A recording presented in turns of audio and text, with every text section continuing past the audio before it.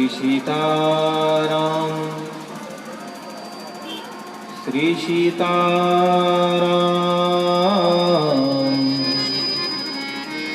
जय जय श्रीमन्नारायण।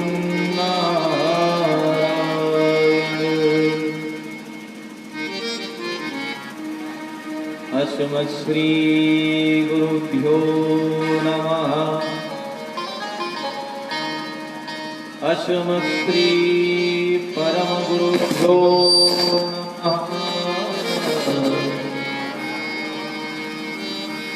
अस्मत् श्री सर्वगुरुभ्यो नमः। श्रीमते रामानुजाय नमः। श्री जानकी वल्लभाय नमः। श्री राधा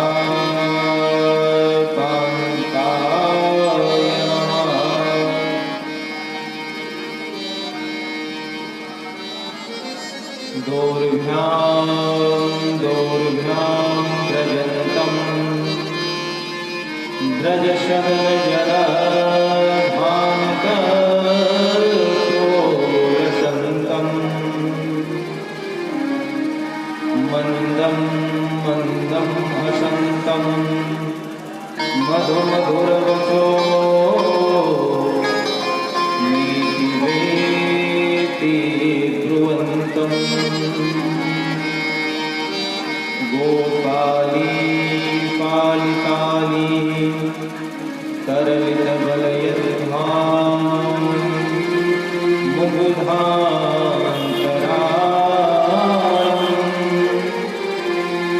वन्दे तं देवमिन्दीवरदल श्यामलं नन्दबालम्।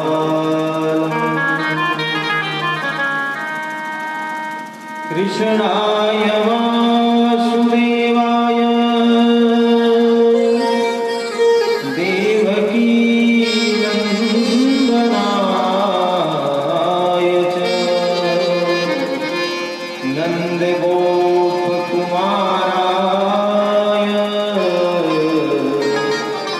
श्रीकृष्णाय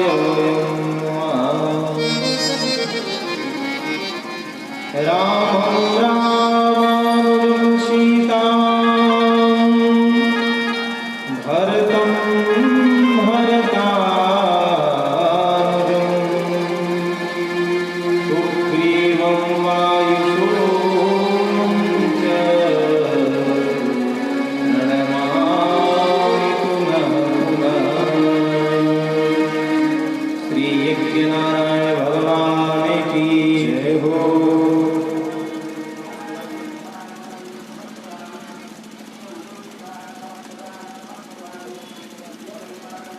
श्री लक्ष्मी नारायण भगवान की जय हो।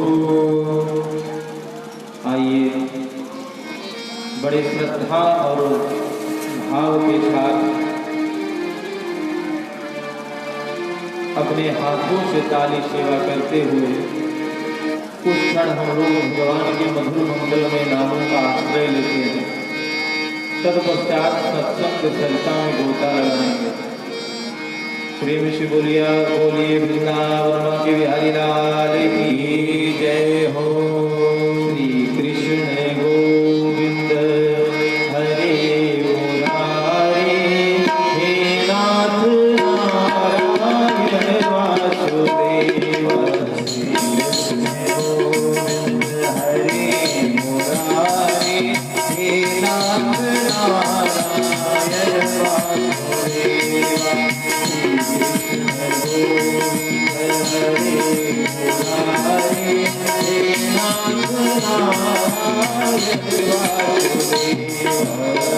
कृष्ण गोविंद हरे मुरारी हे नाथ नारायण वासुदेव। हे नाथ नारायण वासुदेव। हे लक्ष्मी Hare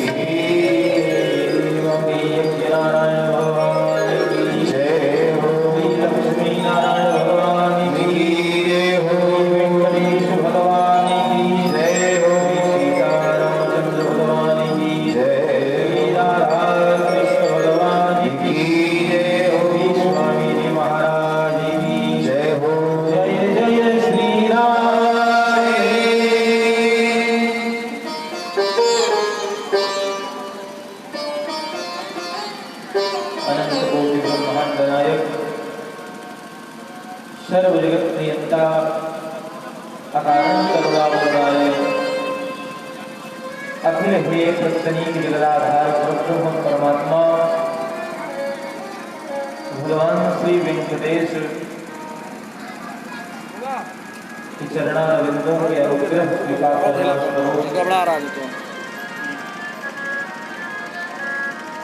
इसको 10-12 को मोबाइल से शेयर करा दो, तुरंत भी पड़ जाए। इस डालते निरंजन की इस पवित्र वसुंधरा धरती पर श्री लक्ष्मी नारायण महायज्ञ का भव्य आयोजन और ये यज्ञशाला में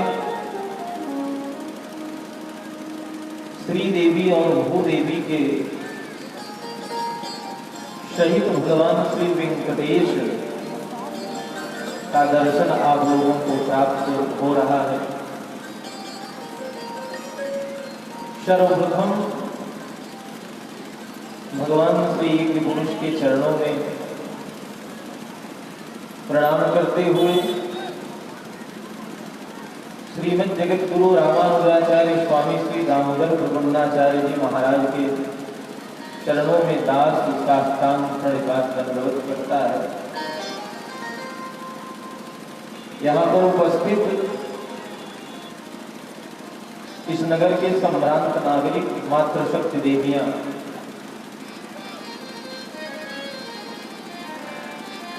हम आप लोगों से निवेदन करें,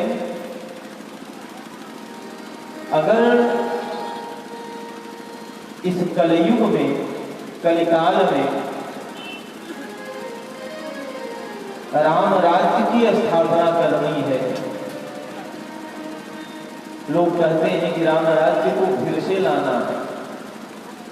अगर राम राज्य की स्थापना करनी है तो बंधुओं केवल यज्ञ से ही संभव है। राम राज्य तभी संभव है जब इस धरा पर वसुंधरा पर इस धरती पर यज्ञ होगा, क्योंकि हर युग के अलग अलग धर्म थे। तृतीयध्यायतो विष्णु त्रेतायां यजतो मखैः द्वापरे परिचर्याया कलौ तदहरि कीर्तना। भगवान नारायण की प्राप्ति सतयुग में केवल ध्यान करने मात्र से होता है। जो जीव ध्यान करते थे तो भगवान नारायण प्रकट हो जाते। त्रेतायाम यजतो मखई, भगवान राम के जमाने में त्रेता युग में यज्ञ के माध्यम से परब्रह्म परमात्मा को लोग पाते थे, ध्यान करते थे। और द्वापरे परिचर्याया, द्वापर में भगवान की अर्चना और वंदना करके श्री विग्रह मूर्ति के रूप में जो परमात्मा है, भगवान है, उनका अर्चन वंदन करके जीव भगवान को प्राप्त करता था। लेकिन बंधुओं आपसे निवेदन करते, कलौ तद हरि कीर्तना, कलयुग में केवल कीर्तन करने मात्र से भगवान आपको प्राप्त हो जाएंगे, आपके ऊपर प्रसन्न हो जाएंगे। केवल कीर्तन करने मात्र। अच्छा, लोग कीर्तन करने में भी कंजूसी करते हैं। अभी जैसे हम लोग कीर्तन कर रहे हैं, यहाँ अगर जनसंख्या देखा जाए तो मात्र शक्तियां ज्यादा उपस्थित हैं, लेकिन महाराज अगर पूछिए तो कहती हैं कि कीर्तन करने में और कीर्तन में ताली बजाने से लाज लगती है।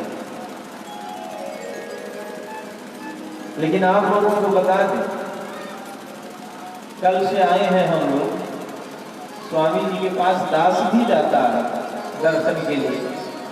देखते हैं कि सबसे ज्यादा मात्र शक्तियां ही वहां पर विराजमान रहती हैं। स्वामी जी ये कष्ट है, ऐसा है, पुत्र नहीं है, तो कहीं कंपनी नहीं चल रही है। आपको एक मंत्र बता देना, व्यास जी ने जब पुराणों की रचना की तो उन्होंने बड़ा सुंदर एक वाक्य लिखा, संसार वृषवत वृक्षे, यह संसार क्या है? विष का वृक्ष है। यह संसार क्या है? विष का वृक्ष है। किसी ने प्रश्न किया कि महाराज जब यह विष का वृक्ष है तो इसमें फल भी विष के लगते होंगे, क्योंकि पेड़ जिसका होगा, आम के पेड़ में, आम के वृक्ष में आम का ही फल लगता है। व्यास जी ने कहा नहीं, यह संसार तो विष का वृक्ष है, परंतु इसमें दो अमृत के फल हैं, और दो अमृत के फल को जीव अगर एक भी फल को पा ले, प्राप्त कर ले महाराज, तो इस संसार भवसागर से पार हो जाता है। कौन कौन से फल हैं? कदाचित् केशवे भक्ति असंभव संत दर्शना। अगर हृदय में परम परमात्मा नारायण हम कृष्ण की भक्ति आ जाए, पहला यह अमृत का फल है। अगर भक्ति आ जाए, भक्ति महारानी हृदय में विराजमान हो जाए, ये पहला फल है। और अगर भक्ति नहीं आई तो दूसरा फल कौन सा है? असंभव संत दर्शनात्, किसी संत महापुरुष का दर्शन हो जाए, किसी संत महापुरुष का। अब आप लोग सोच रहे होंगे कि महाराज जी क्या कह रहे हैं, संत लोग तो रोड में चलते लोगों का दर्शन हो जाता है, महात्मा दिख जाता है। नहीं, हमारे धर्म ग्रंथों में, शास्त्रों में संतों की भी परिभाषा लिखी गई है। कोई भी व्यक्ति सिखा रखा कर दाढ़ी रख ले या चंदन लगा ले तो महात्मा नहीं हो जाता महाराज। महर्षि आत्मा महात्मा, जिसकी महान आत्मा है उसको महात्मा कहते हैं। स्वामी जी आप लोगों के बीच में 1 महीने से 20 दिन से 25 दिन से आप लोगों के बीच में हैं, लेकिन महाराज ऐसे महात्मा का अगर दर्शन हो जाए तो कितना बड़ा जीवन में लाभ होता है। यज्ञ भगवान की कृपा तो आप लोगों के ऊपर है ही, साक्षात वेंकटेश भगवान यज्ञशाला में विराजमान है, माताएं बहनें पुरुष वर्ग सब परिक्रमा कर रहे हैं, लेकिन स्वामी जी के दर्शन का जो अलग लाभ आप लोगों को प्राप्त हुआ है। हमारे शास्त्रों में, शास्त्रकारों ने श्रीमद् भागवत महापुराण में, श्रीमद् वाल्मीकि रामायण में, रामचरित मानस में सबको महात्मा नहीं माना गया है। एक कंठ लग्न तुलसी नलिनाक्ष माला, एक मूल पर चिन्हित शंख चक्रा, एवा ललाट पटले लसदूध कुंद्रा, ते वैष्णवा भुवनवासी पवित्रयन्ति। एक कंठ लग्न तुलसी नलिनाक्ष माला, जिसके कंठ में तुलसी की माला हो। महात्मा का परिचय आप लोग सुन लीजिए, किसको महात्मा कहते हैं, किसको वैष्णव कहते हैं। वैष्णवों का कितना महत्व है, कितना वैदुष्य वैशिष्ट है हमारे शास्त्रों में। एक कंठ लग्न तुलसी नलिनाक्ष माला, जिसके गले में तुलसी की माला विराजमान हो, बाहुमूल पर चिन्हित शंख चक्रा, जिसके दोनों भुजाओं पर शंख चक्र अंकित हो, एवा ललाट पटले लसदूध कुंद्र, महाराज जिसकी ललाट पर कुंद्र शोभायमान हो रहा हो। ऐसे श्री वैष्णव महात्मा का जहां पर चरण पर जाए, ते वैष्णवा भुवनवास पवित्रयन्ति, ऐसे महात्मा का जहां पर चरण पड़ जाए उस क्षेत्र की भूमि वसुंधरा पवित्र हो जाती है। इनको महात्मा कहते हैं। तो भागवत में सुखदेव जी के साथ भगवान कृष्ण जब राजा बहुलास्व के यहाँ गए और बहुलास्व का आतिथ्य स्वीकार करके भगवान जब स्तुतदेव के यहाँ गए तो भगवान ने स्वयं अपने से कहा, मैं अपने से नहीं कह रहा, एक श्रीमद् भागवत महापुराण में योगेश्वर भगवान श्री कृष्ण का वचन है। जन्मना ब्राह्मणो श्रेयान् सर्वेषां प्राणिनां यः संतुष्ट्या तपसा याति किमु मत्कलया युतः।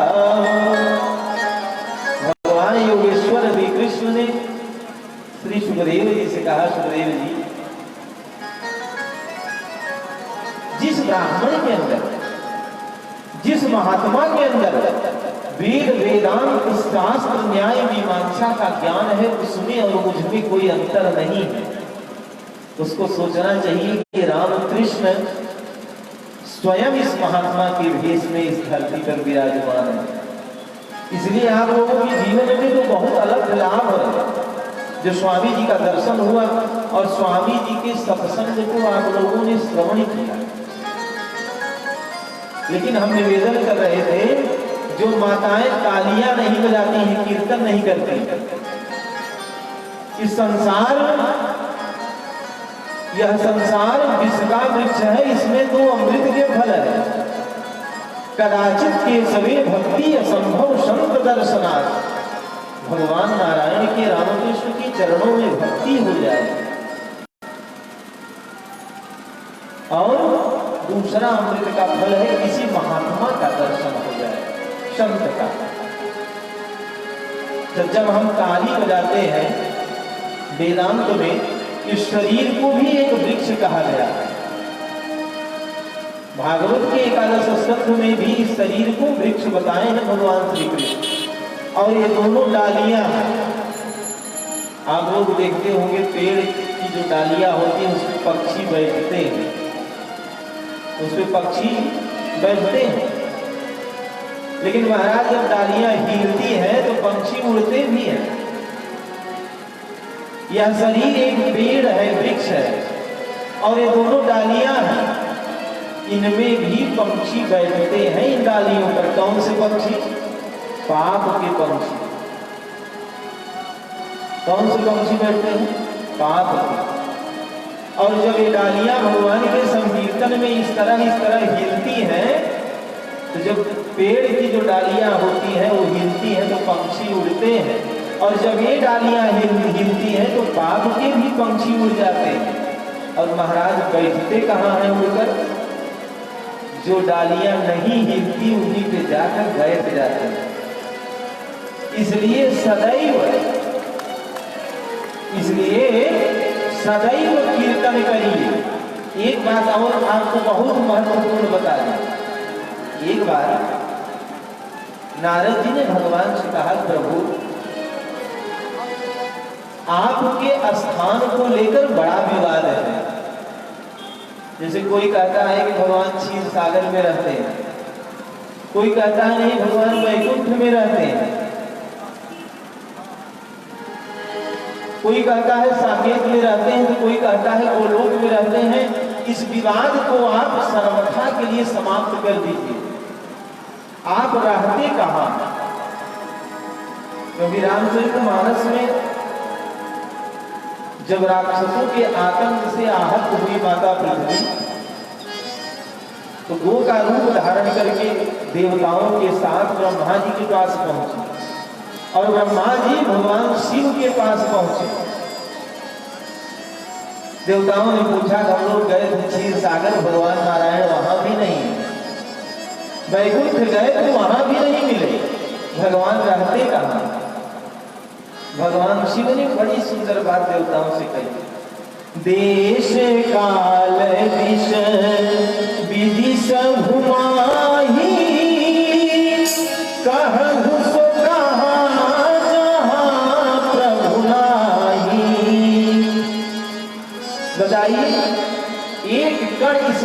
आप बता दीजिए ऐसा हो जहां पर भगवान न हो। लेकिन हमारे आपके अंदर भगवान को देखने का, भगवान को प्रकट करने का सामर्थ्य नहीं है। हरि व्यापक सर्वत्र समाना,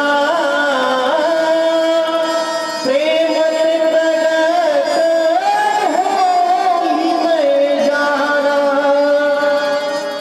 हरि व्यापक सर्वत्र समाना,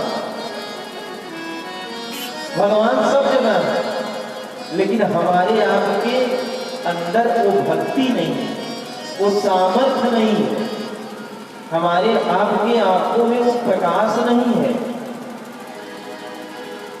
हमारी आपकी जो आंखें हैं वो भगवान को नहीं देख सकती। क्यों नहीं देख सकती? इसका कारण है हमारी आपकी जो आंखें हैं महाराज वो परम प्रकाश सापेक्ष है, दूसरे के प्रकाश के अधीन है ये नेत्र, और भगवान स्वयं प्रकाशमान है। जैसे आप लोग इतने लोग बैठे हैं, हम भी बैठे हैं, अगर बिजली चली जाए और रात्र की बेला हो तो आंखों में ज्योति है, लेकिन हम लोग एक दूसरे को देख नहीं सकते। इन आंखों को प्रकाश चाहिए, बल्ब चाहिए, हाइड्रोजन चाहिए, दीपक चाहिए। किसी प्रकाश में जब तक आप नहीं जाएंगे तब तक ये आंखें देख नहीं सकती, यद्यपि ज्योति है। लेकिन भगवान ध्वांतागारे धृतमणि गणम स्वांगमर्थ प्रदीप, भगवान के स्व अंगम अर्थ प्रदीप, स्वयं भगवान के श्री अंग से दिव्य कांति प्रकट होती है। भगवान स्वयं प्रकाशमान है और हम लोग दूसरे के ऊपर निर्भर हैं, इसलिए परमात्मा को देख नहीं सकते। भगवान नारायण ने ब्रह्मा शिव के सामने, देवताओं के सामने नारद जी ने जो प्रश्न किया कि महाराज आप रहते कहाँ हैं, ये विवाद खत्म कर दीजिए। देखिए बहुत आवश्यक बात आप लोगों को बता रहे हैं, आप लोग इधर उधर सब घुमा रहे हैं, ये भी हम देख रहे हैं। ये बातें जो यहाँ से बताई जा रही, जीवन में अगर महाराज उतर जाए तो जीवन बदल जाए। एक भजन है ना, आदत बुरी सुधार लो बस हो गया भजन। नारद जी ने भगवान से कहा प्रभु आप रहते कहाँ हैं? बहुत सुंदर बात। भक्ति सूत्र में भगवान नारायण ने नारद जी से कहा महाराज नोट करिए मैं कहाँ रहता हूं। ना हम दशामि वैकुंठे योगिनाम हृदये मद भक्ता यत्र गायन्ति तत्र तिष्ठामि नारद। ना हम दशामि वैकुंठे, नारद जी मैं वैकुंठ में नहीं रहता, मैं वैकुंठ में नहीं रहता। तो नारद जी ने कहा तब महात्माओं के, योगियों के हृदय में रहते होंगे। भगवान ने कहा नहीं, मैं उनके हृदय में भी नहीं रहता। नारद जी ने कहा महाराज इतनी बड़ी बात और इतनी जल्दी से आप कह दे रहे हैं। सहजता में अरे पूरा संसार मानता है कि भगवान महात्माओं के हृदय में रहते हैं, और आपने तो कह दिया कि नाहम बसामि वैकुंठे योगी नाम हृदय बिना, मैं महात्माओं के, योगियों के हृदय में भी नहीं रहता। तो आप कहाँ रहते हैं? भगवान ने कहा मद भक्ता यत्र गायन्ति तत्र तिष्ठामि नारद। मेरे भक्त लोग, मद भक्ता, देखिए शब्द पे ध्यान दीजिए। भगवान ने क्या कहा? मद भक्ता। भगवान ने ये नहीं कहा मम गायका। भक्त और गायक में बड़ा अंतर होता है। मेरे भक्त लोग, मद भक्ता, मेरे भक्त लोग मेरे नाम यश कीर्ति का मेरा भजन जहाँ पर ताली बजाकर गान करते हैं वहीं पर मैं विद्यमान रहता हूँ, वहीं पर मैं रहता हूँ। ये भगवान की प्रतिज्ञा है। अच्छा, भगवान को गाने के लिए, संकीर्तन करने के लिए महाराज राग की जरूरत नहीं है, राग की जरूरत नहीं है। मीराबाई जी तानपुरा बजा करके मेरे तो गिरधर गोपाल दूसरों न कोई, जाके सिर मोर मुकुट मेरो पति सोई, मेरो तो गिरधर गोपाल दूसरों न कोई। तानपुरा बजा करके नृत्य कर रही थी महात्माओं के बीच में। एक व्यक्ति ने कहा, क्या आप गा रही हैं? न इसमें कोई राग है, न तो सुर है, न तो ताल है, क्या गा रही हैं? मीराबाई ने कहा, बंधु, जगत को रिझाने के लिए राग की जरूरत है, जगत को रिझाने के लिए राग की जरूरत है, और जगदीश को रिझाने के लिए अनुराग की जरूरत है। जगदीश को रिझाने के लिए राग नहीं चाहिए, अनुराग चाहिए। इसलिए संकीर्तन जब भी कहीं भी किसी स्थान पर हो तो महाराज खुले कंठ से और ताली सेवा करते हुए संकीर्तन करना चाहिए। प्रेम से बोलिए भगवत्सल भगवान की जय हो। श्रीमन नारायण नारायण नारायण, श्रीमन नारायण नारायण नारायण, श्रीमन नारायण नारायण नारायण,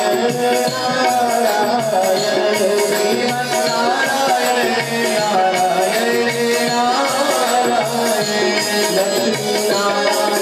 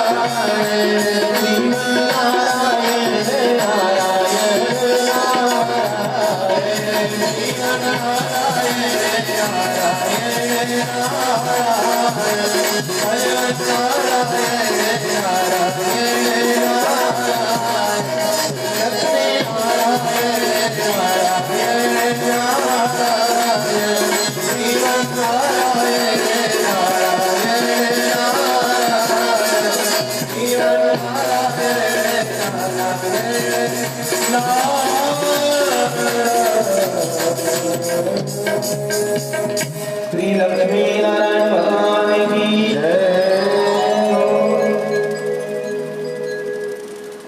स्वामी जी के आज्ञा अनुसार स्वामी जी से हमें आज्ञा प्राप्त हुई है कि हम आप लोगों को श्रवण कराएंगे। और अयोध्या से चलकर आई हुई माता जी श्री सुनीता शास्त्री जी जो आप लोगों को रामचरितमानस की कथा को श्रवण कराएंगे। लेकिन आपसे निवेदन करें, यज्ञ के 3 अंग हैं। यज्ञ में 3 कार्य होते हैं। 3 अंग यज्ञ के हैं।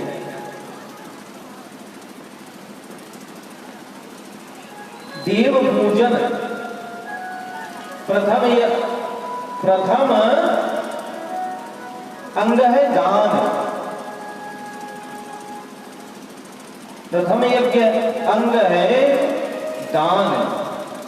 दूसरा अंग है देव पूजन और बंधुओं तीसरा अंग है यज्ञ का कथा सत्संग।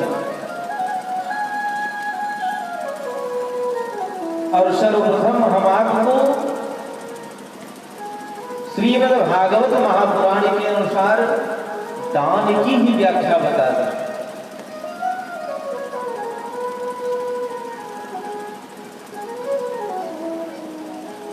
धर्म के 4 चरण हैं। धर्म के 4 चरण हैं, लेकिन महाराज कलयुग में धर्म कि केवल एक ही चरण विद्यमान है। धर्म का केवल एक ही चरण बचा हुआ है। और कौन सा चरण है? केवल दान। तब विद्या पवित्रता ये 3 चरण जो है, 3 पैर जो है वो खंडित हो गए। केवल दान। अच्छा, एक निवेदन करें आपसे, कभी आप लोग गंगा स्नान करने गए होंगे। महाराज गंगा जी में स्नान करिए, चाहे आप जानकर स्नान करिए या अनजाने में स्नान करिए। गंगा जी का केवल एक ही काम है, जीव के पाप का हरण कर लेती है और आपके शरीर को, आपके मन को पवित्र कर देगी।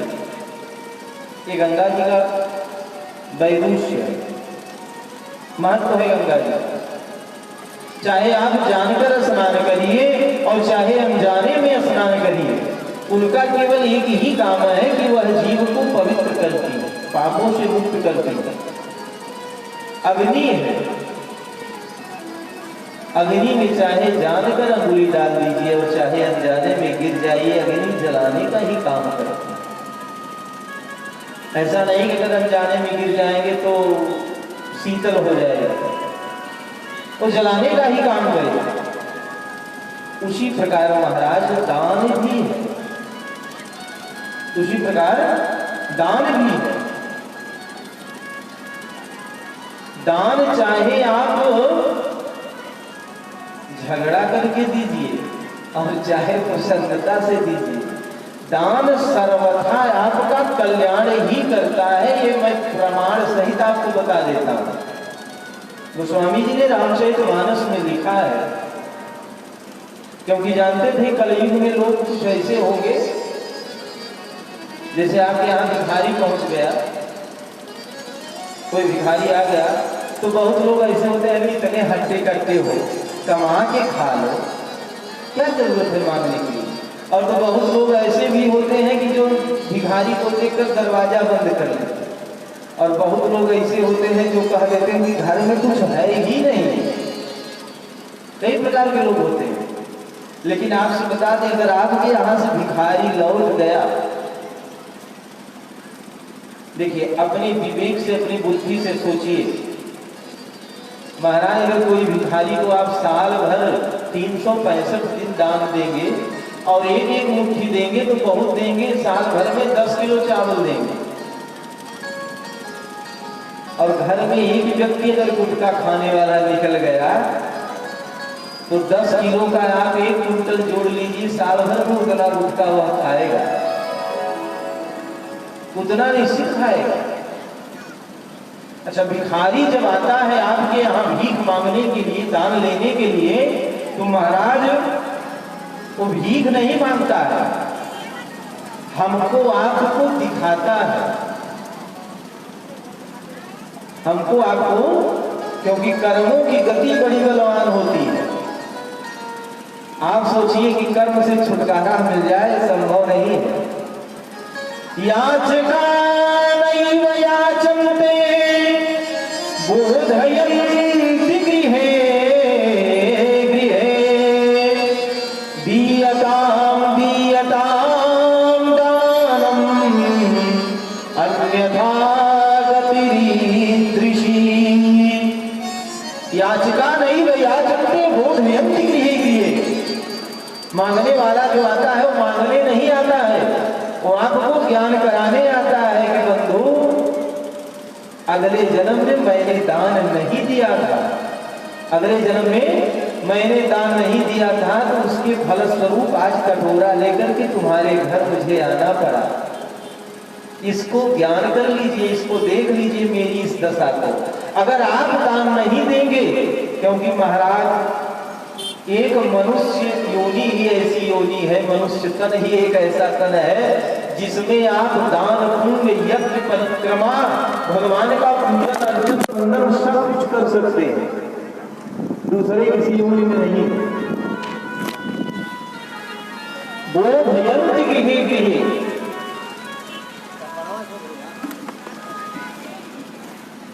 भक्तवत्सल भगवान की जय हो।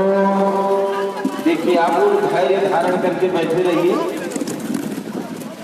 भागवत जी में जब भगवान कृष्ण की प्रतिष्ठा बढ़ने लगी तो इंद्र ने बड़ा उत्पात किया। इंद्र ने बड़ा उत्पात किया। छोड़ दीजिए, मंचे पर रखिए इसको, डाउन करके मंचे पर। और भगवान कृष्ण ने भी एक यज्ञ किया था, यज्ञ में गोवर्धन जी की पूजा कराया और फिर अपने आप स्तुति भी किया, बड़ी माफी भी मांगा। केवल आप लोग धैर्य धारण किए रहे, बस कुछ नहीं होगा। जहां पर वेंकटेश भगवान यज्ञ नारायण भगवान विद्यमान है, वहां पर कुछ अनिष्ट हो ऐसा संभव ही नहीं। भक्तवत्सल भगवान की जय हो। याचका नहीं याचन्ते बोधयन्ति गृहे गृहे। वो भिखारी बताता है कि महाराज दान दीजिए, अन्यथा गतिरीदृशी, नहीं तो मेरी स्वामी जी महाराज यज्ञशाला से कर्मों की गति बहुत बलवान होती है, इसको बता रहे थे। पंचांग पूजन के बाद जो लोग उपस्थित थे उन्होंने श्रवण किया होगा। महाराज यह सोचिए कि हमने जो कर्म किया है उससे छुटकारा मिल जाए तो कदाचित संभव नहीं है। किसी भी परिस्थिति में अवश्यमेव भोक्तव्यम कर्म एव शुभाशुभम। जिस कर्म को हमने यहाँ पर किया है उसको भोगना ही निश्चित भोगना पड़ेगा। हाँ, एक बात जरूर है, अगर भोगते भोगते आयु पूर्ण हो गई तो महाराज दूसरे जन्म में भोगना पड़ेगा। एक बार एक होटल के सामने लिखा था, होटल पे, कि आप भोजन चाहे जितना करिए लेकिन आपसे बिल नहीं लिया जाएगा।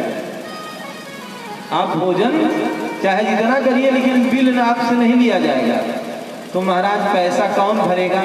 आपका नाती पैसा देगा। भोजन दादाजी करेंगे और पैसा नाती देगा। तो महाराज कुछ लोग ऐसी प्रवृत्ति के होते हैं कि जिनको अगर फ्री में भोजन मिल जाए तो परान्नम दुर्लभम लोके शरीराणि पुनः पुनः।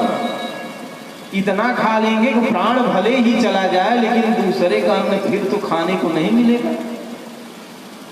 एक महान भाव पहुंच गए होटल में, क्योंकि होटल के गेट पर लिखा था कि आपसे बिल नहीं लिया जाएगा, आपके नाती पोते भरेंगे बिल।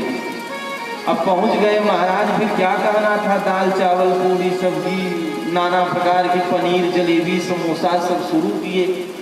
2-3 हजार रुपए का बिल बनाए और जब उठकर आने लगे तो वेटर बिल लेकर के आया। महाराज जी ये बिल।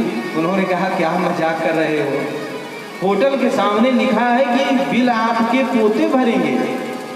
तो बेटन ने कहा महाराज हम जो आपने भोजन किया, जो आपने खाया उसका बिल हम थोड़ी न मांग रहे हैं, ये तो आपके जो दादाजी खा कर चले गए हैं उसका बिल है, इसको आप चुकाइए पहले। महाराज जैसे घड़ी घूमती है, काल घूमता है, समय घूमता है, उसी प्रकार कर्म भी घूमता रहता है। कर्म की गति बड़ी बलवान होती है, बिना भोगे छुटकारा नहीं है किसी भी परिस्थिति में। इसलिए कोई भी आ जाए दान अवश्य करिए, लेकिन हाँ एक बात है, दान किसको दिया जाए इसका विवेक होना चाहिए। नहीं तो महाराज अगर करोड़ों का दान आप दे दिए और किसी अपात्र जिसके अंदर पात्रता नहीं है दान लेने की, ऐसे व्यक्ति को आपने दान दे दिया तो आप भी नरक जाएंगे। ये भी समझ लीजिए, बहुत ऊंची बात हम बता रहे हैं। और इस कथा को सुनाने के बाद और श्रवण करने के बाद कुछ लोग हमसे नाराज भी हो जाएंगे, लेकिन हम आप लोगों से निवेदन करेंगे इस बात का। अयोध्यापुरी दान किसको दिया जाता है, कैसे ब्राह्मण को किस स्थान पर, बहुत लोग होते हैं कि हमने दान दे दिया, अब महाराज जी जो इच्छा हो सो करें। आपने हमको पैसा दे दिया, आपने हमको अन्न दे दिया, तो लोग कहते हैं कि हमने अपना कर्म कर दिया, महाराज जी को जो करना होगा सो करें, वो जाने। ऐसी बात नहीं है। हमारा पैसा, हमारा अन्न, हमारा धन किस जगह पर लग रहा है, सत्कर्म में लग रहा है कि दुष्कर्म में लग रहा है, इसको देखकर दान किया जाता है। अगर आपके द्वारा हमने जो धन प्राप्त किया उसको हमने दुष्कर्म में लगाया तो महाराज नरक के गामी आप भी होंगे हमारे साथ। इसको आप नोट कर लीजिए। इसलिए जीवन में इतना ध्यान रखना चाहिए कि धन हम कहां पर दान दे रहे हैं और किसको दान दिया जाता है, इस बात को आप जान लीजिए। केवल एक धर्म की व्याख्या करेंगे, दान की। भगवान राम के पूर्वज थे राजा विशाल। कौन थे? राजा विशाल। उनके मन में एक बार विचार आया, आप लोग भी सोचते होंगे, हमारे पुरोहित जी या पंडित जी महाराज जी के पास इतना पैसा है, इनको क्यों दिया जाए, गरीबों को दिया जाए, जिनको आवश्यकता है, जिनके पास पैसा नहीं है, धन नहीं है, ऐसे लोगों को दान दिया जाए। राजा विशाल के गुरु थे वशिष्ठ जी। वशिष्ठ जी से उन्होंने पूछा नहीं, उनसे आज्ञा नहीं ली, और उनके मन में विचार आया कि हमारे जो गुरुदेव वशिष्ठ जी हैं, इनके पास आश्रम है, गायें हैं, ब्रह्मचारी अध्ययन करते हैं, सब कुछ सुख समृद्धि है, इनको दान न दे करके अपने राज्य में जो गरीब लोग हैं, जो दरिद्र लोग हैं, उनको दान दिया जाए, जिससे कि राज्य समृद्धिवान बने। गुरु से बिना पूछे महाराज राजकोष से एक एक स्वर्ण मुद्राएं, सोने की मुद्रा को निकाल करके राजा विशाल ने सबको दान दे दिया, सबको दान दिया। और संयोग की बात, जैसे किसी व्यक्ति के पास पैसा नहीं है और वह शराब पीता है या बीड़ी पीता है, पैसा न होने के कारण वह पीना बंद किया है, तो पैसा मिला तो महाराज प्रारंभ। अब एक एक सोने की मुद्राएं जब सब लोगों को मिल गई तो राज्य में अराजकता फैल गई, नाना प्रकार के व्यभिचार होने लगे, लोग जुआ खेलने लगे, शराब गांजा का सेवन करने लगे, और संयोग की बात कि उसी समय राजा की मृत्यु हो गई, आयु पूर्ण। यमराज के दूत आए, राजा विशाल को पकड़ कर ले गए यमपुरी। राजा विशाल ने हाथ जोड़कर यमराज से कहा, सरकार, लोग कहते हैं कि जो अपने जीवन में 1 रुपए का दान करता है वह कभी नरक का दर्शन नहीं करता।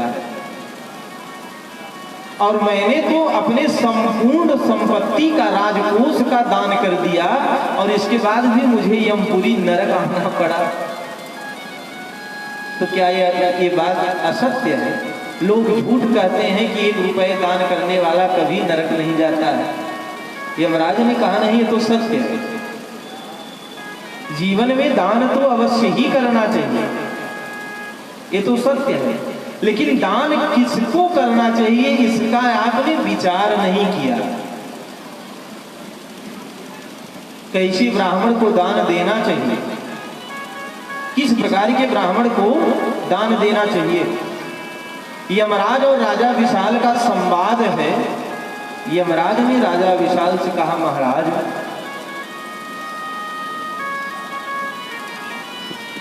बड़ा सुंदर श्लोक है। एक बार जिस ब्राह्मण ने अपने जीवन में तंबाकू का सेवन कर लिया है उसको दान नहीं देना चाहिए। एक बात जरूर है, अगर गलती से किसी ने सेवन कर लिया तो ठीक है, जिसको नहीं पता है तो भाई उसके ऊपर कोई अपराध ही नहीं लगेगा, कोई पाप ही नहीं लगेगा। लेकिन जिसको पता है,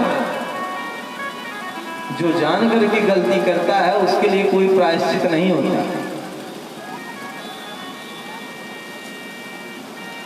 एक बार जिसने अपने जीवन में गांजा, बीड़ी, शराब, इन सब व्यसनों की बात दूर है, एक बार जिसने अपने जीवन में तंबाकू का भी सेवन कर लिया तो महाराज उसको दान नहीं देना चाहिए। मद्देना प्लावितम स्रकित तस्य व्यपैति ब्रह्मण्यम शूद्रत्वं सच गच्छति। उस ब्राह्मण के अंदर दान लेने की योग्यता नहीं रह गई। अच्छा, अगर दे दिया जाए तो होगा क्या? अगर ऐसे ब्राह्मण को दान दे दिया जाए तो क्या होगा? धूमपान रते विप्राः दानम कुर्वन्ति ये नराः ते नरा नरकं यान्ति ब्राह्मणा ग्राम शूकराः। ऐसे ब्राह्मण को अगर आप करोड़ों की संपत्ति दान दे दें, महाराज ते नरा नरकम यान्ति, वह मनुष्य निश्चित ही नरक में जाएगा। और ब्राह्मणा ग्राम शूकराः, अगर कोई नशा करके ब्राह्मण किसी व्यक्ति से दान लेता है तो वह अगले जन्म में सूअर होकर के उत्पन्न होता है गांव का। लेकिन आप लोगों का इतना सौभाग्य है, आप लोगों ने देखा होगा यज्ञशाला में दाक्षिणात्य पद्धति का अनुसरण करने वाले दक्षिण भारत से आचार्य बुलाए गए। जितने भी लोग यज्ञशाला में होंगे, स्वयं स्वामी जी से लेकर हम लोगों तक, महाराज किसी के अंदर भी कोई दुर्व्यसन नहीं है, किसी व्यक्ति के अंदर, क्योंकि ये हमारी महानता नहीं है। बचपन से ही साधु महात्माओं का ऐसा संग मिलता है कि इस तरफ ध्यान जाता ही नहीं है। अगर दान देना है तो महाराज यज्ञ में दीजिए, ऐसे ब्राह्मणों के लिए दीजिए दान। यही दान आपके जीवन को निखार देगा, यही दान आपके साथ जाएगा। और गोस्वामी जी ने बड़ा सुंदर लिखा है, कलयुग में केवल दान ही कल्याण कर सकता है। प्रगट चारि पद धर्म के कली महुए प्रधान, एन विधि दीन है दान करत कल्याण। केन विधि दीन है दान करत कल्याण, चाहे जिस प्रकार आप दीजिए। चाहे जिस प्रकार दीजिए, महाराज दान कल्याण ही करता है। अच्छा, कभी आप लोग अपने बुद्धि से सोचिए, विवेक से, महाराज चाहे जितना धन हो जाए, चाहे जितना धन हो जाए, लेकिन अगर संतोष का धन नहीं है, अरबों की संपत्ति पड़ी है, करोड़ों रुपया बैंक में है, लेकिन 1 रुपया अगर छूट जाए कहीं रास्ते में तो हाथ बैग हो जाए, यही स्थिति है जीवो। लेकिन यहाँ के लोग ऐसे नहीं, यहाँ के लोग तो भैया दान करने में बहुत आगे, बढ़ चढ़ करके लोग हिस्सा ले रहे हैं। धन की 3 गति है, धन केवल 3 जगह यूज हो सकता है, चौथी गति धन की नहीं है। पहली गति या तो दान कर दीजिए, आपने धन खूब कमाया है, आपने अपने जीवन में धन कमाया है, सोई धन धन में प्रथम गति जागी, उसको आप दान कर दीजिए। न संपूर्ण दान करिए तो आधा करिए, आधा न करिए तो 25%, 25% न करिए तो 10% तो अवश्य ही करिए। हमारे शास्त्रों में 10% का विधान है। अगर 1 लाख रुपया आप 1 महीने में कमा रहे हैं तो धर्म के लिए 10,000 तो आप दे ही सकते हैं। ऐसा नहीं केवल यज्ञ में ही, यज्ञ में गौ के निमित्त गौशाला बन रहा है, कहीं मंदिर का निर्माण हो रहा है, साधु ब्राह्मण सेवा कहीं हो रही, कहीं भी धर्म के लिए 10% आप दान करिए। अगर आपने दान नहीं किया अपने धन का तो महाराज दूसरी गति है, अपने जीवन में उसका यूज कर लीजिए। जो आपके जीवन में कमी है, हमको गाड़ी चाहिए, घर चाहिए, बंगला चाहिए, एसी चाहिए, सब आप उसकी सुविधा धन से अपनी सुविधा बना लीजिए। कुछ लोग ऐसे होते हैं जो दान भी नहीं करते हैं, और महाराज बैंक में पैसा सड़ जाए, मरने के बाद चाहे अरबों रुपया परिवार वालों को मिल जाए, लेकिन जीते जी परिवार वालों को 1 कौड़ी नहीं देते, बेचारे भीख मांगते फिरते हैं। फिर अंतिम में क्या होगा? अगर आपने दान नहीं किया और आपने अपने जीवन में उस धन का यूज नहीं किया, सदुपयोग नहीं किया, तो महाराज फिर अंतिम में तीसरी गति उसका नाश ही है। फिर चौथी कोई गति नहीं है, उसका नाश ही है। अच्छा, किसके लिए धन संपत्ति जोड़ा जाए? किसके लिए? अगर महाराज अकेला लड़का है, अकेला आपका पुत्र है, तो उसको अच्छी पढ़ाई आप पढ़ा दीजिए तो अमेरिका चला जाएगा। अब माता पिता की सेवा करने वाला कोई नहीं है।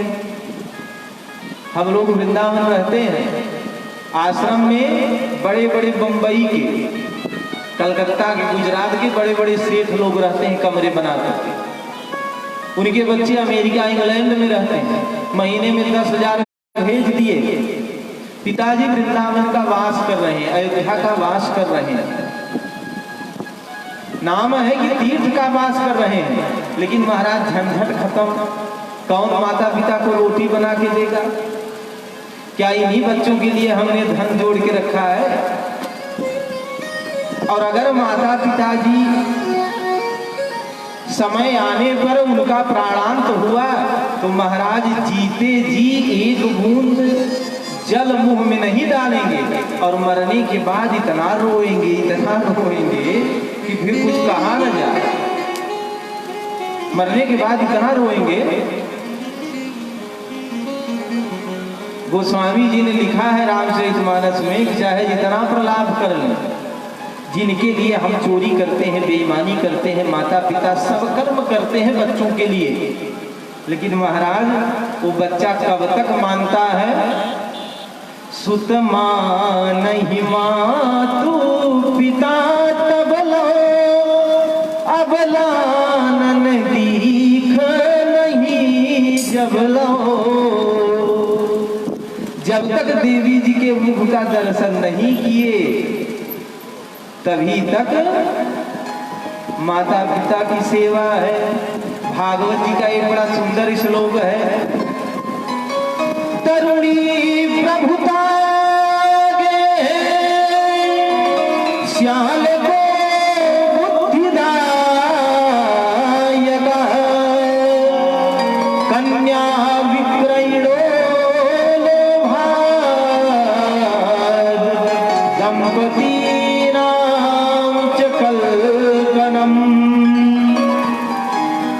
तरुणी प्रभुता के एक कलयुग का असर है, कलयुग का प्रभाव है। कितनी सुंदर बात है। तरुणी प्रभुता गे, घर में दान वाली जो बात हम कर रहे थे, घर में पहले क्या होता था कि जो वृद्ध माताएं होती थी उनके पास तिजोरी की चाबी रहती थी। क्यों रहती थी? जो बहू आती थी ससुराल में नई नवेली, उनको मलिकाना नहीं दिया जाता था। उसका कारण था, महाराज चाहे स्त्री हो चाहे पुरुष हो, जीवन भर जो पाप किया जाता है, जब 60 के ऊपर जीव पहुंचता है मनुष्य, तो पाप आंखों से दिखने लगता है और तब वह सोचता है कि हमने अपने जीवन में बड़ा पाप किया है, हमने अपने जीवन में बड़ा पाप किया है। अब अंतिम क्षण है, इसलिए दान कर ले, पुण्य कर ले, यज्ञ की परिक्रमा कर ले, गौशाला में दान दे दे, जिससे कि पाप कट जाए,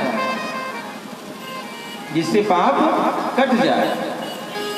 लेकिन महाराज 60 साल बाद भी लोग भगवान को भजने को नहीं तैयार है। सरकार 60 साल में रिटायर कर देती है। क्यों करती है? इसीलिए करती है कि अब आप अपने सेवा से निवृत्त हो गए, अब भगवान का भजन करिए। दाल रोटी मिल जाए उसको पाइए और भगवान का भजन करिए। लेकिन लोग 60 साल बाद भी संतुष्ट नहीं है। घर में वृद्ध माताओं के पास तिजोरी की चाबी होती थी, कोई साधु महात्मा आ जाएगा तो उसको हम दान करेंगे। लेकिन कलयुग की क्या परंपरा है? तरुणी प्रभुता गे, बहू आई और बहू ने बेटे से कहा, देखो तुम्हारे कारण मैंने मम्मी पापा को छोड़ा है, इसलिए तुम भी अपने मम्मी पापा को छोड़ो।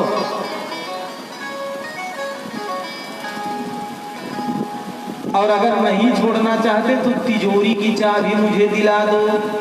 तरुणी प्रभुता गे, तो आपका बेटा आपसे कहेगा कि मम्मी अब तो आप वृद्ध हो चुकी हैं, आंखों की ज्योति कमजोर हो गई है, आंखों से दिखता नहीं है, इसलिए मेरी पत्नी को चाबी दे दो, अब तो तुम राम राम करो। और जहां बहू को तिजोरी की चाबी मिली तो महाराज वह दान करेगी, को पलामू जाएगी शॉपिंग करने पैसा लेकर, वो दान थोड़ी करेगी। दान तो वृद्ध माताएं करती हैं। तरुणी प्रभुता गे, नारद जी ने कहा इतना ही नहीं, और आश्चर्य की बात सुन लीजिए। श्याल को बुद्धिदायक, अगर घर में कोई उत्सव होता है, कोई कार्यक्रम होगा, तो परामर्श किससे लिया जाएगा? भाई से नहीं। लोग भाई से नहीं पूछेंगे कि बताओ ये काम कैसे किया जाए, ये काम कैसे किया जाए, तो किससे पूछेंगे? श्याल को बुद्धिदायक, ससुराल से साले साहब को बुलाया जाएगा, ससुराल से साले साहब को बुलाया जाएगा। एक व्यक्ति ने कहा, अगर मान लीजिए कि भाई से ज्यादा बुद्धिमान साला है, तो साले से बुद्धि पूछने में या परामर्श लेने में हर्ज ही क्या है, क्या दिक्कत है? लेकिन महाराज देखिए, सदैव याद रखिए, जब साला आपको बुद्धि बताएगा तो महाराज पूरे परिवार के हित में वह निर्णय नहीं होगा, वह अपने जीजा और दीदी के का हित जिसमें होगा वही निर्णय वह देगा। परिवार के पूरे परिवार को इकट्ठा करने का मार्ग वह नहीं बताएगा। इसलिए भागवतकार ने लिखा, श्याल को बुद्धिदायक। एक कलयुग की परंपरा है, ससुराल से साले साहब को बुलाया जाएगा। एक बात और आपसे निवेदन कर दें, जिन्होंने रामचरितमानस, महाभारत और भागवत जी को पढ़ा होगा, महाराज हमारे धर्म ग्रंथों में दो लोगों का इतिहास बड़ा गड़बड़ है। एक तो साले का इतिहास और दूसरा मामाओं का इतिहास। इन दो लोगों का इतिहास बड़ा गड़बड़ है। आपको प्रमाण सहित मैं बता दूं। भगवान कृष्ण का मामा कंस और इधर रामचरितमानस में मामा मारीच। और सालों का इतिहास देखिए, महाभारत हुआ, महाभारत युद्ध हुआ। महाभारत युद्ध को रचने से लेकर, कराने से लेकर, समाप्त करने तक केवल दो लोगों का हाथ था और दोनों साले ही थे, दोनों लोग। और अगर ये दोनों लोग चाह लेते तो महाभारत जैसा भीषण युद्ध न होता। ये बात समझ लीजिए आप। धृतराष्ट्र का साला शकुनी, धृतराष्ट्र का साला शकुनी और अर्जुन के साले भगवान श्री कृष्ण, अगर ये दो लोग चाह लेते बंधुओं तो महाभारत जैसा भीषण युद्ध न होता। और इन्हीं दोनों लोगों का देन था महाभारत युद्ध। इसलिए इनका युद्ध, यद्यपि यह धर्म युद्ध था, लेकिन कवि लोग तो हर जगह से कुछ न कुछ ढूंढ लेते थे। भगवान ने धर्म के पक्ष में युद्ध किया, लेकिन अगर यह दो लोग न चाहते तो युद्ध न होता। इसलिए इनका इतिहास बड़ा गड़बड़ है। सियाल को बुद्धिदायक, ससुराल से साले साहब को बुलाओ। एक व्यक्ति ने कहा ठीक है, साले साहब को बुला लिए, बड़ी अच्छी बात है, तो इसमें फिर नाराजगी की क्या बात है? साले साहब आए हैं, बहन दीजा अब सुखी संपन्नता से रहें। लेकिन नारद जी ने कहा नहीं, आगे सुन लो। दंपती नाम चकल कनम। साले साहब समझा करके गए और इधर सुबह है और शाम दोनों टाइम दंपती नाम चकल कनम, पति पत्नी में लड़ाई झगड़ा प्रारंभ हुआ है। रोज महाभारत हो रहा है, रोज। कन्या विक्रयणो लोभात दंपती नाम चकल कनम। और मूल कारण झगड़े का है क्या, इसको भी आप लोग सुन लीजिए। जितना हमने आपको बताया, जो भी बातें आप लोगों से निवेदन की, इसका मूल कारण क्या है? कन्या विक्रयणो लोभात। अपना जेब भरने के लिए लोभ के कारण बेटा बेटियों का क्रय और विक्रय करते हैं कलयुगी लोग। दान नहीं करते हैं। महाराज कहीं जाइए बिटिया का विवाह करने के लिए तो 10 लाख से नीचे बात ही नहीं करता, उससे नीचे बात नहीं। कन्या विक्रयणो लोभात। भागवत जी में एक बड़ा सुंदर वाक्य भगवान श्री कृष्ण ने कौशल नरेश से कहा है। हमारे यहाँ जो ये दहेज प्रथा है, दहेज प्रथा है, प्राचीन काल में ये प्रथा नहीं थी। न तो हमारे धर्म ग्रंथों में कहीं पर प्रथा है कि दहेज लिया जाए। भगवान श्री कृष्ण ने कौशल नरेश से कहा, महाराज कन्या त्वदीयां नहि शुल्कदा वयम। आप अपनी कन्या मुझे प्रदान करिए, लेकिन उसके बदले में मेरे पास कुछ है नहीं देने के लिए।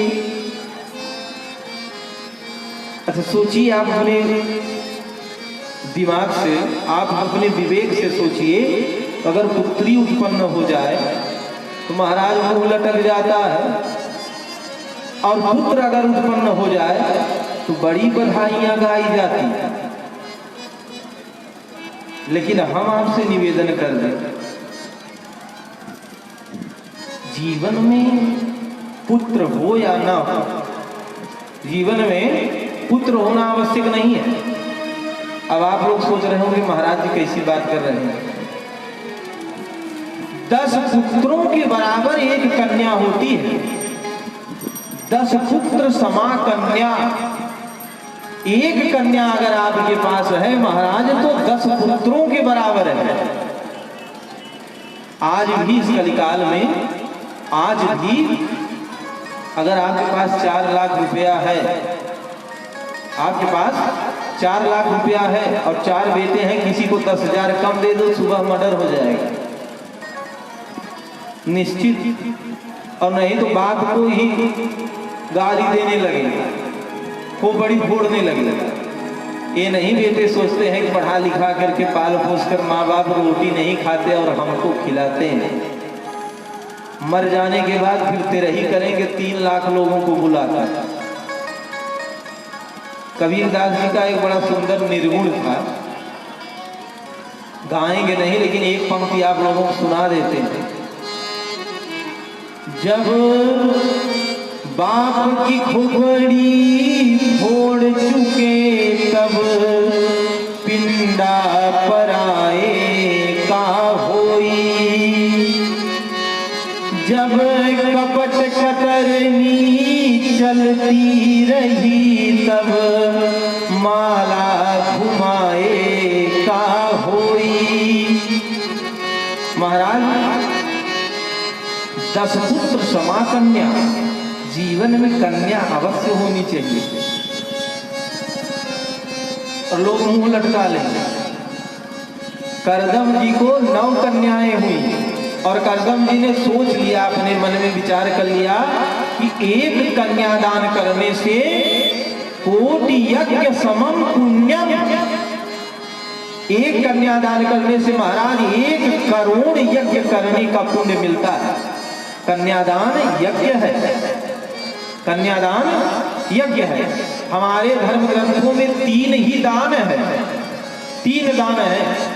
सर्वप्रथम कन्यादान, दूसरा गोदान, गौदान, और तीसरा स्वर्ण दान, सोने का दान। 3 दान है। और कन्यादान, इन तीनों दानों की अगर तुलना की जाए तो सबसे बड़ा दान कन्यादान है।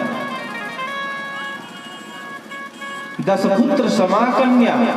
अगर कन्या कोख से उत्पन्न नहीं हुई तो कोख पवित्र नहीं होती है, माताएं सुन ले। लेकिन आजकल विडंबना यह है कि पेट में ही पता लगा लेते हैं कि बेटा है कि बेटी। आने के बाद भले थुराई हो लेकिन बेटा ही चाहिए, ये भी समझ। एक पत्रिका में हम गुजरात गए हुए थे, प्रवचन करके लौट रहे थे। ट्रेन में एक पत्रिका हमारे पास थी, कल्याण। उसमें हमने पढ़ा बड़ा सुंदर वाक्य, बड़ा सुंदर शब्द, बेटियों के लिए। ओस की बूंद की तरह होती हैं बेटियां, ओस की बूंद की तरह होती हैं बेटियां, और बड़ा दुख होता है जब रोती हैं बेटियां। बेटा कुल को तारे या ना तारे गारंटी नहीं, लेकिन 2-2 कुलों का गौरव होती है बेटियां। बेटा तो महाराज संपत्ति भी लेगा, धन भी लेगा, खेत भी लेगा, सब कुछ लेगा, और इसके बाद गाली भी देगा। अगर बेटा सेवा करने वाला निकल गया, आज्ञाकारी पुत्र निकल गया, तो महाराज मान लीजिए कि आप इस कलयुग में फिर श्री राम को ही पा गए। अभी भी ऐसे लोग हैं, ऐसी बात नहीं कि वसुंधरा वीरों से खाली है, लेकिन 90% बेटों की स्थिति बदल गई है। तो लोग कहते हैं कि हमारा बेटा है, ये हमारा लड़का है, तो उसी के अनुसार वह अपने चरित्र को भी फैलाता है। आजकल कोई ये नहीं कहता कि मेरा पुत्र है या मेरा सुपुत्र है, कोई नहीं कहता। कहते हैं कि मेरा लड़का है, ये मेरा बेटा है। और इस शब्द का अर्थ लोग समझते नहीं है। अगर तो किसी ने पूछा आपसे कि आपका कौन है, तो कहेंगे लड़का है। लड़का मतलब जानते हैं क्या होता है? जो दिन भर आपसे लड़ता रहे उसी का नाम लड़का है। जो दिन भर आपसे लड़ता रहे उसी का नाम लड़का। बेटा किसको कहते हैं? जो आपके जीते जी आपसे ही संपत्ति का बंटवारा करके उसका नाम बेटा है। महाराज तब पुत्र किसको कहते हैं? पुन्नाम नरकाः कार्यते पुत्रः। जो पुण्य नामक नरक से माता पिता को तार दे उसको पुत्र कहते हैं। इसलिए कभी भी जीवन में लड़का या बेटा मत कहिए, पुत्र कहिए। अच्छा, पुत्र के ऊपर हमारे यहाँ 3 ऋण होते हैं। 3 ऋण। सबसे पहले देव ऋण, सबसे पहले देव ऋण, इसके बाद ऋषि ऋण और फिर पितृ ऋण। 3 ऋण होता है मनुष्य के ऊपर। देव ऋण कैसे उतरता है? देवताओं का पूजन करने से। यज्ञशाला में भगवान विराजमान है, अंदर न जा सके तो यज्ञशाला की परिक्रमा करें, देवताओं का पूजन करिए, देव ऋण उतर जाए। ऋषियों का ऋण तर्पण करिए, ऋषि ऋण उतर जाएगा। और महाराज पितृ ऋण जो है वो 2 पक्ष में उसका ऋण होता है। एक माता का ऋण है और एक पिता का ऋण है। अगर पुत्र ने अपने जीवन में 3 काम कर दिया तो पिता के ऋण से आप ऋण हो जाएंगे। 3 काम कौन कौन से हैं? जीव को वाक्य करणात् मृता है भूरि भोजनात् गया पिंडदानाच्च त्रिभिः पुत्रस्य पुत्रता। जीव तो वाक्य करणात्। अगर आपके पिताजी जीवित हैं तो उनके आज्ञा का पालन कर अगर पुत्र करता है तो प्रथम काम है पिता से ऋण होने का। पिताजी जीवित हैं, अब ऐसी आज्ञा न दे दे पिताजी पड़ोसी को गोली मार दो। जो सार्थक इच्छाएं हैं पिताजी की, पिताजी ने जो आज्ञा प्रदान की आपको उसको आप करिए, वो काम। दूसरा काम मृता है भूरि भोजनात्। पिताजी इस धराधाम को छोड़कर चले गए तो एकादशाह पिंडदान शुद्ध और 13वें दिन त्रयोदशाह बंधु बांधवों को बुलाकर भोजन कराइए। ये दूसरा काम है। तीसरा काम गया पिंडदानाच्च। गया पिंडदानाच्च, गया में जाकर के पिंडदान कर दीजिए। ये 3 काम आप अपने जीवन में कर लीजिए तो महाराज त्रिभिः पुत्रस्य पुत्रता, आप अपने पिता के ऋण से उऋण हो जाएंगे। लेकिन अब माता का ऋण है, माता का ऋण है और माता के ऋण से उऋण होने का कोई भी उपाय, कोई भी मार्ग हमारे धर्म ग्रंथों में नहीं है। कोई भी, जिस माँ ने अपने गर्भ में 9 महीने रख करके अपने रक्त से आपको सिंचित किया, आपको सींचा, उस माँ को हम लोग क्या दे सकते हैं? हाँ, एक उपाय जरूर है। अगर आपकी सेवा से प्रसन्न होकर माँ ये कह दे कि बेटा तू मेरे ऋण से उऋण हो गया, मैं तेरे ऊपर प्रसन्न हूं, तब आपका ऋण माता के का जो ऋण आपके ऊपर है उससे आप मुक्त हो सकते हैं। केवल यही उपाय। अच्छा, माता जो है वो पिता से बड़ी होती है, माता पिता से बड़ी होती है।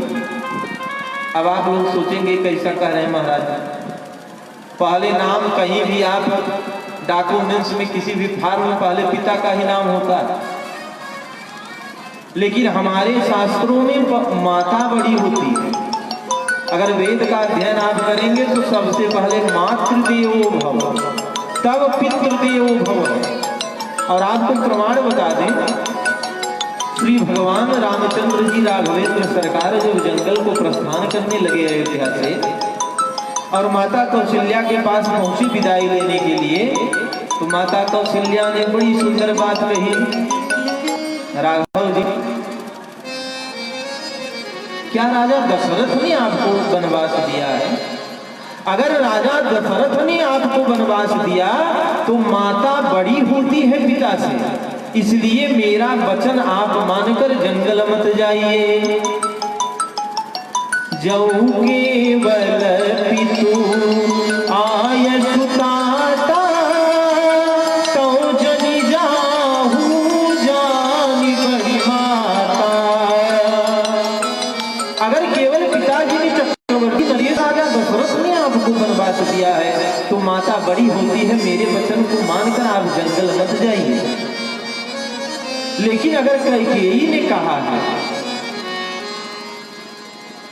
अगर कैकेयी ने कहा है जंगल जाने के लिए, जऊ पितु मातु कहे बन जाना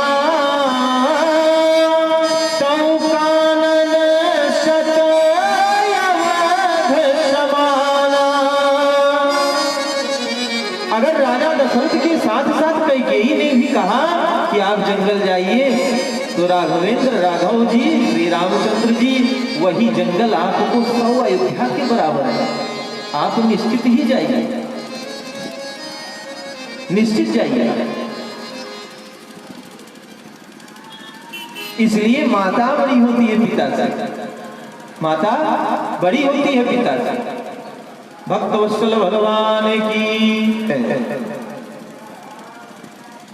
आनंद कंद भगवान की जय हो। नारी से ही हमारा अस्तित्व है। यहाँ पर भी आप देख लीजिए, आप लोगों से जनसंख्या में अधिक ये हैं, धर्म कर्म करने में आप लोगों से आगे हैं। ये हर परिस्थिति में, हर क्षेत्र में आपसे आगे हैं, हमसे भी और आपसे भी आगे हैं। 10 पुत्र समा कन्या।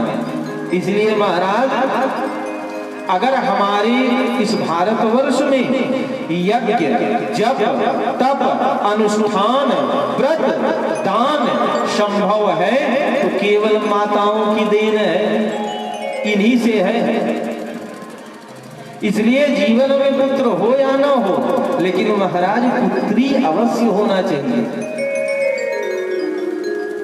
हमारी आपकी कोई बुनियाद नहीं है। राजा जनक ने जब माता जानकी को चित्रकूट में झरनों का पानी पीते हुए देखा तो आंखों से आंसुओं के फुहारे निकल पड़े और राजा जनक ने माता जानकी को गले से लगा लिया और रोते हुए कहा, पुत्री पवित्र किए कुल गो।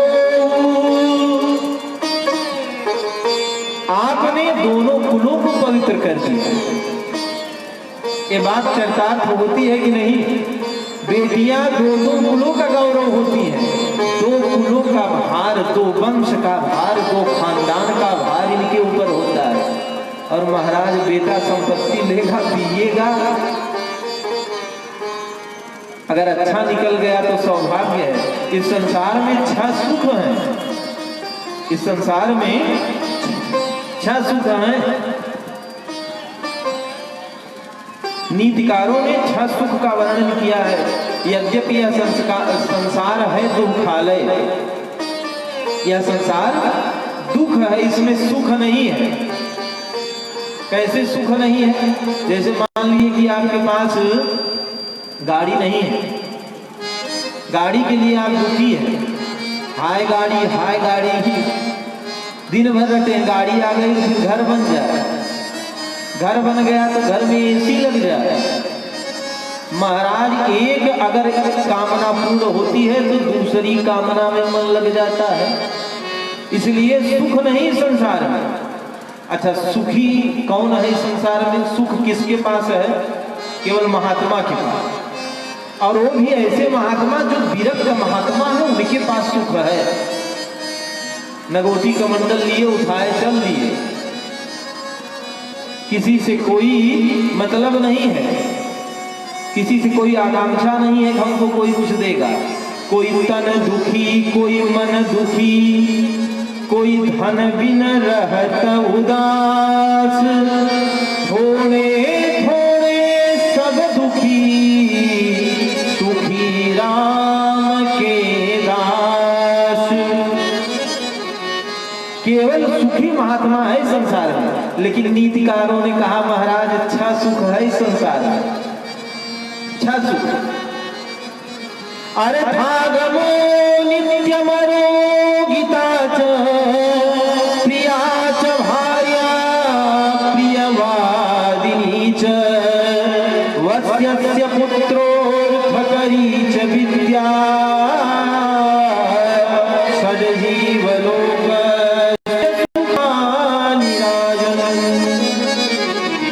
हे राजन, इस संसार में छह सुख हैं। अर्थागमो, नित्य निरंतर पैसा आता रहे, पहला सुख है। नोट करिएगा आप, जीवन में पैसे की कमी ना हो। और आपको उपाय बता दें पैसे की लोग बहुत प्रायः कर हम लोगों के पास आते हैं, महाराज कुछ उपाय बताइए कि कंपनी और तरक्की पे पहुंच जाए। माताएं बहुत ज्यादा आती हैं, घर में पैसा तो आता है लेकिन टिकता नहीं। एक सरल उपाय आपको बताते हैं,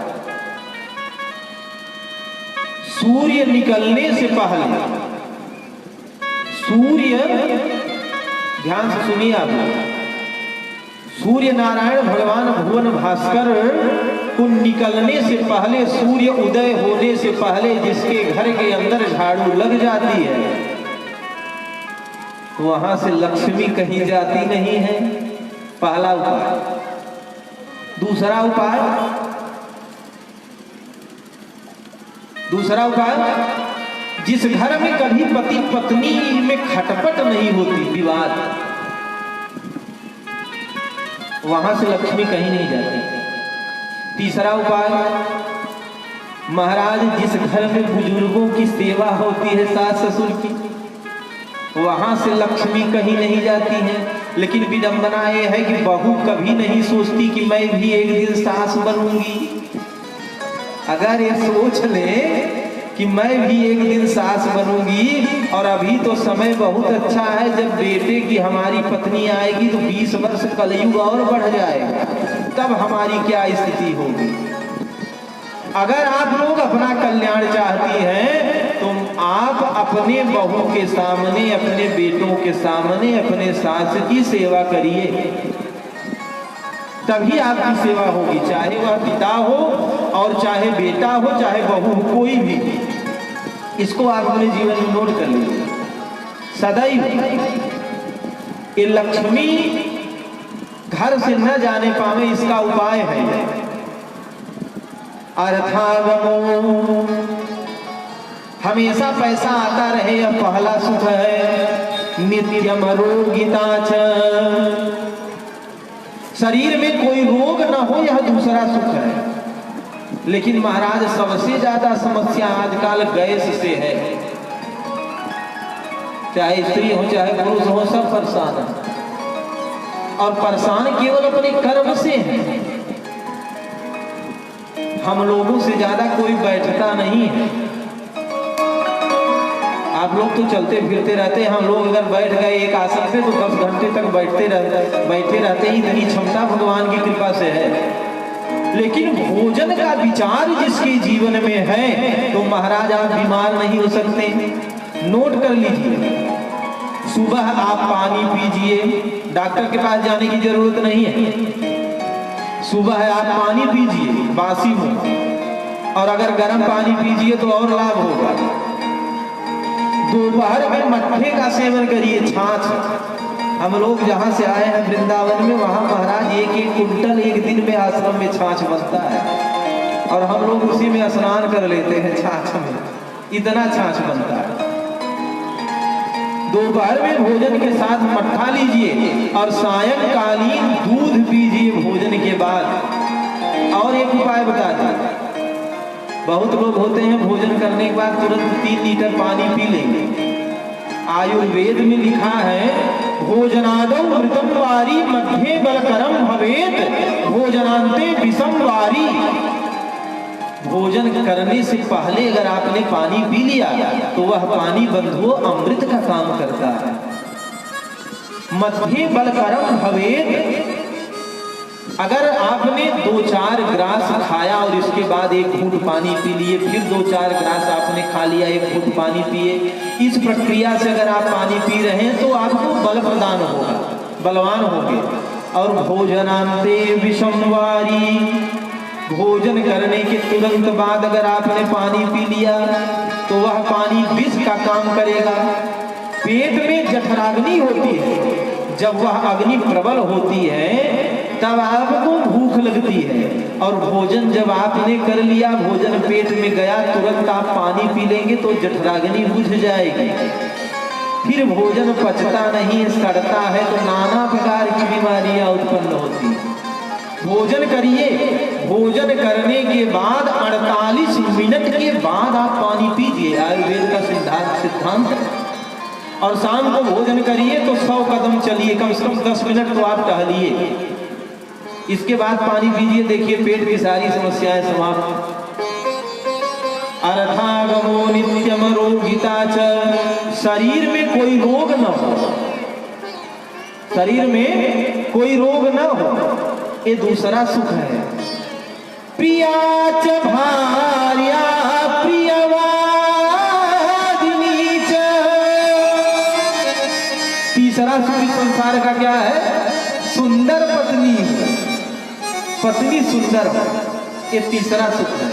और महाराज चौथा सुख, ये तो बहुत आश्चर्यजनक बात है। तीसरा सुख की पत्नी सुंदर हो, और चौथा सुख है प्रियवादिनी च, प्रिय बोलने वाली हो, पत्नी प्रिय बोलने वाली हो। लेकिन महाराज कोई कोई ऐसी मिल जाती है, दिन भर आप काम करके आए और जब पानी मांगे पति, दाढ़ी जा रहे हम ही से पानी मांगता है, किसको घर में कोई दूसरा नहीं दिखता। प्रियवादिनी च, पत्नी प्रिय बोलने वाली हो, ये चौथा सुख है।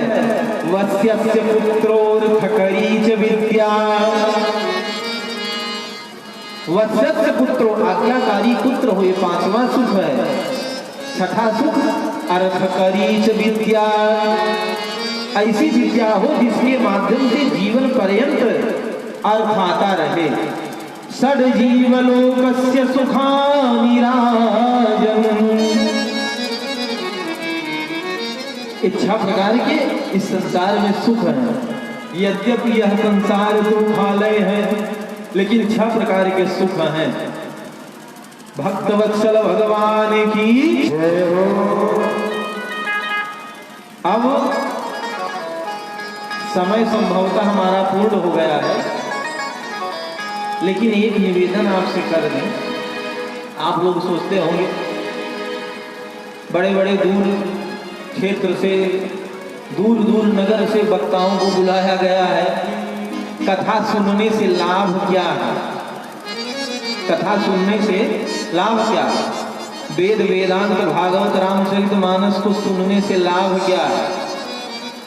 महाराज हमारी आपकी कोई बुनियाद नहीं, कथा हम लोग को जीव है। किसने सुनी? भगवान शंकर ने सर्वप्रथम कथा सुनी, चाहे भागवत की हो चाहे रामचरितमानस की हो। भगवान शंकर ने पार्वती जी को सुनाया, याज्ञवल्क्य जी ने भरद्वाज जी को सुनाया, कागभूषुंडी जी ने गरुड़ जी को सुनाया, और वशिष्ठ जी ने राम जी को सुनाया। भगवान राम भी कथा सुनते हैं, भगवान कृष्ण भी गर्गाचार्य जी से भागवत में कथा बैठकर सुनते हैं। कथा सुनने से लाभ क्या है? रामचरितमानस में गोस्वामी जी ने लिखा है, वेद पुराण वशिष्ठ बखानहि, सुनहि राम यद्यपि सब जानहि। सुनहि राम यद्यपि सब जानहि, भगवान भी हाथ जोड़कर कथा सुनते हैं, यद्यपि उन्हीं की ही कथाएं सारे शास्त्रों में, धर्म ग्रंथों में हैं, लेकिन आचार्यों के सामने हाथ जोड़कर भगवान राम बैठते हैं और कथा सुनते हैं। क्यों सुनते हैं? कथा से लाभ क्या है? सत्संग करने से लाभ क्या है? सत्संगत अरु हरि कथा,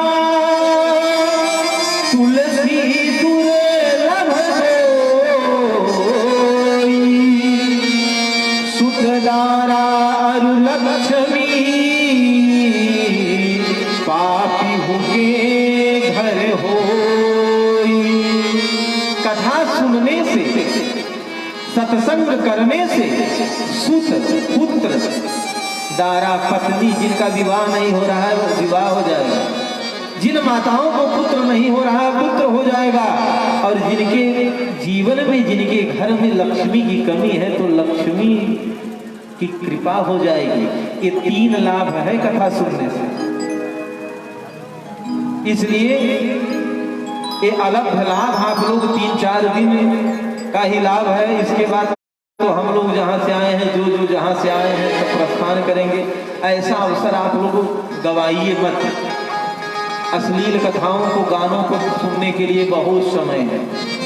हमने आपको वेद शास्त्रों का ज्ञान बताया। अब कुछ ही क्षण में रामचरितमानस की बहुत कुशल अच्छी प्रवक्ता माता श्री सुनीता शास्त्री जी यहाँ पर पधारने वाली है। और रामचरितमानस महाराज अपने आप में बड़ा अद्भुत ग्रंथ है। रामचरितमानस एक ऐसा ग्रंथ है जिसमें महाराज वस्त्र कैसे पहनना चाहिए, खड़ा कैसे होना चाहिए, बैठना कैसे चाहिए, यहाँ तक बातें लिखी गई। एक बार एक महात्मा यही डाल्टनगंज के रेलवे स्टेशन पर रामचरितमानस पढ़ रहे थे। एक इंजीनियर साहब निकले, उन्होंने कहा इन भिखारियों को कोई काम नहीं रहता है, दिन भर रामचरितमानस, अरे इसमें क्या लिखा है जो पढ़ते रहते। बाबा ने कहा बच्चा, संसार में कोई ऐसी समस्या नहीं है जिसका निराकरण इसमें न हो, कोई ऐसी बात नहीं है जो रामचरितमानस में न हो। उन्होंने गाली देना प्रारंभ कर दिया कि मैं इंजीनियर और तुम बाबा मुझसे प्रत्युत्तर कर रहे हो, जवान लड़ा रहे हो। अरे इसमें कुछ नहीं है, संयोग की बात कि इतने में ट्रेन आ गई और ट्रेन यहाँ स्टेशन पर 1 मिनट रुकती थी। महाराज बाबा तो ट्रेन में उछल कर चढ़ गए, इंजीनियर साहब भी चढ़ गए। इतने में ट्रेन चली गई, भीड़ बहुत थी। इंजीनियर साहब अपनी पत्नी के साथ थे, पत्नी जी नीचे छूट गई। अब जब ट्रेन चलने लगी तो उन्होंने चिल्लाना प्रारंभ किया कि चैन पुलिंग करो, खींचो खींचो जल्दी, मेरी पत्नी नीचे छूट गई है।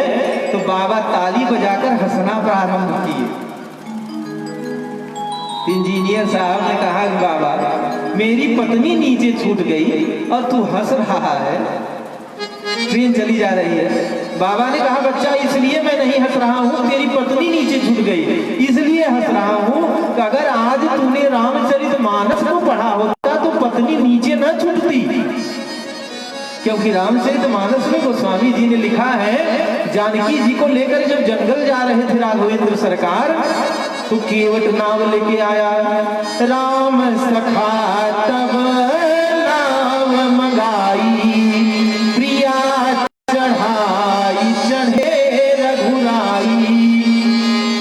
केवट जब नाव लेकर के आया तो राघवेंद्र सरकार प्रभु रामचंद्र जी पहले जानकी जी को नाव में बैठा लिए, तब स्वयं बैठे। अगर तुम रामचरितमानस को पढ़े होते तो ट्रेन में पहले पत्नी बैठे, स्वयं न बैठे। इसलिए भागवत तो कठिन विषय है, विद्वानों का विषय है, लेकिन महाराज रामचरितमानस भी अपने आप में बहुत ऊंचा ग्रंथ है। नाना पुराण निगमागम सम्मतम। और रामचरितमानस एक ऐसा ग्रंथ है कि स्त्री पुरुष सब पढ़ सकते हैं उसको। अपने जीवन में रामचरितमानस का अवलोकन करना चाहिए, अध्ययन करना चाहिए और कथा को सुनना चाहिए। यहीं पर अपने वाणी को भगवान श्री यज्ञ नारायण के चरणों में समर्पित करते हुए आइए कुछ क्षण भगवान नाम संकीर्तन, तत्पश्चात आप लोग माता जी के मुखारविंद से रामचरितमानस का श्रवण करेंगे। भक्तवत्सल भगवान की जय हो। बोलो राधा रमण हरि गोविंद जी, बोलो राधा रमण हरि गोविंद जी, बोलो राधा रमण हरि गोविंद जी, बोलो राधा रमण हरि गोविंद जी। गोविंद जी मेरे गोपाल जी, मेरे गोविंद जी मेरे गोपाल जी, मेरे गोपाल जी मेरे नंदलाल जी, मेरे गोपाल जी मेरे नंदलाल जी। बोलो राधा रमण हरि गोविंद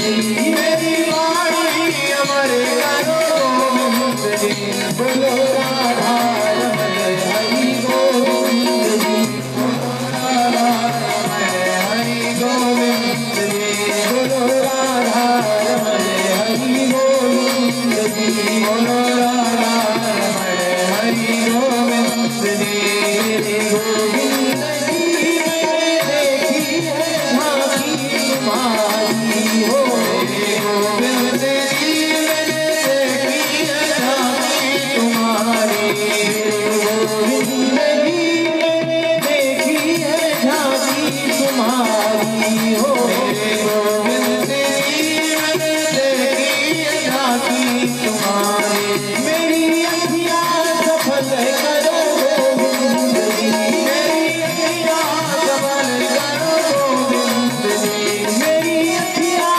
सफल करो गोविंद जी मेरी अखियाँ सफल करो गोविंद जी बोलो राधा रमण हरि गोविंद जी बोलो राधा रमण हरि गोविंद जी बोलो राधा रमण हरि गोविंद जी बोलो राधा रमण हरि गोविंद जी गोविंद जी मैंने आया शरण में तुम्हारी हो मेरे गोविंद जी मैंने आया शरण में तुम्हारी मेरे गोविंद जी मैंने आया शरण में तुम्हारी हो मेरे गोविंद जी मैंने आया शरण में तुम्हारी मुझे अपना स्वीकार करो गोविंद जी मुझे अपना स्वीकार करो गोविंद जी मेरे अच्छे विचार करो गोविंद जी मेरे अच्छे विचार करो गोविंद जी मेरा जल्दी सुधार करो गोविंद जी मेरा जल्दी सुधार करो गोविंद जी मेरा जल्दी उद्धार करो गोविंद जी मेरा जल्दी उद्धार करो गोविंद जी बोलो राधा रमण हरि गोविंद जी बोलो राधा रमण हरि गोविंद जी बोलो राधा रमण हरि गोविंद जी बोलो राधा रमण हरि गोविंद जी बोलो राधा रमण हरि गोविंद जी बोलो राधा रमण हरि गोविंद बोलो राधा रमण हरि गोविंद बोलो राधा रमण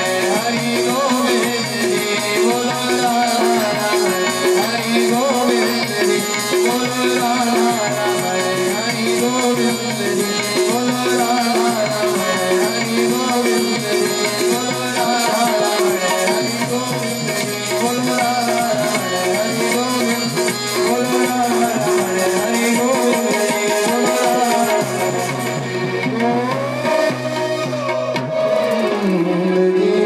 श्री राधा गोविंद भगवान की लक्ष्मी वेंकटेश भगवान की जय हो श्री अज्ञनारायण भगवान की जय हो राधामान स्वामी जी महाराज की जय हो श्री स्वामी जी महाराज की जय हो वृंदावन बाकी बिहारी लाल की जय हो राधा रानी सरकार की जय हो राधा रमण भगवान की जय हो श्री भागवत भगवान की जय हो जय जय श्री राधे श्याम